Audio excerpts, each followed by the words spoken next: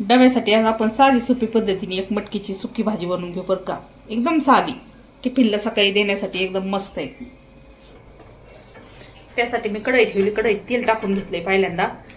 त्यात आता तेल गरम झालंय, आता आपण टाकू मोहरी। आणि मोहरी चांगली तडतडली की मग जिरे टाकायचे।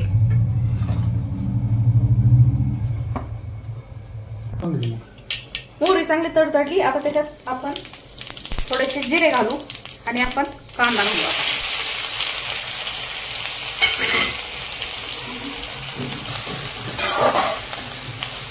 कांदा चांगला लाल होईपर्यंत परतायचा आणि नंतर त्याच्यात आहे ना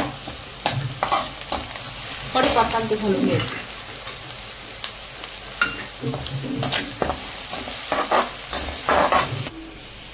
कांदा चांगला लाल आपला परतून झालाय, त्यात आता आपण ही मटकी घालून घेऊ।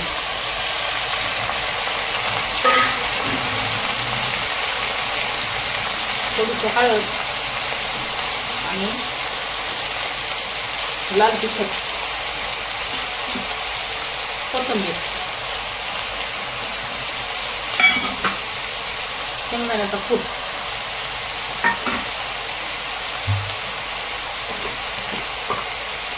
आणि चवीपुरतं मीठ।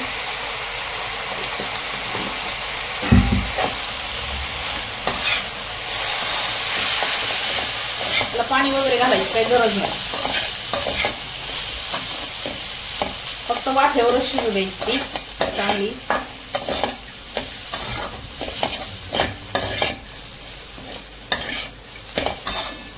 आता थोड्या वेळ आपण ना तिला झाकण ठेवू।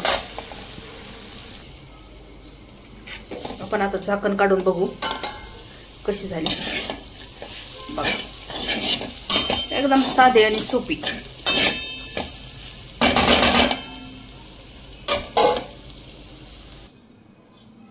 अशा पद्धतीने केली आपली साधी आणि सोपी डब्यासाठी मटकीची भाजी।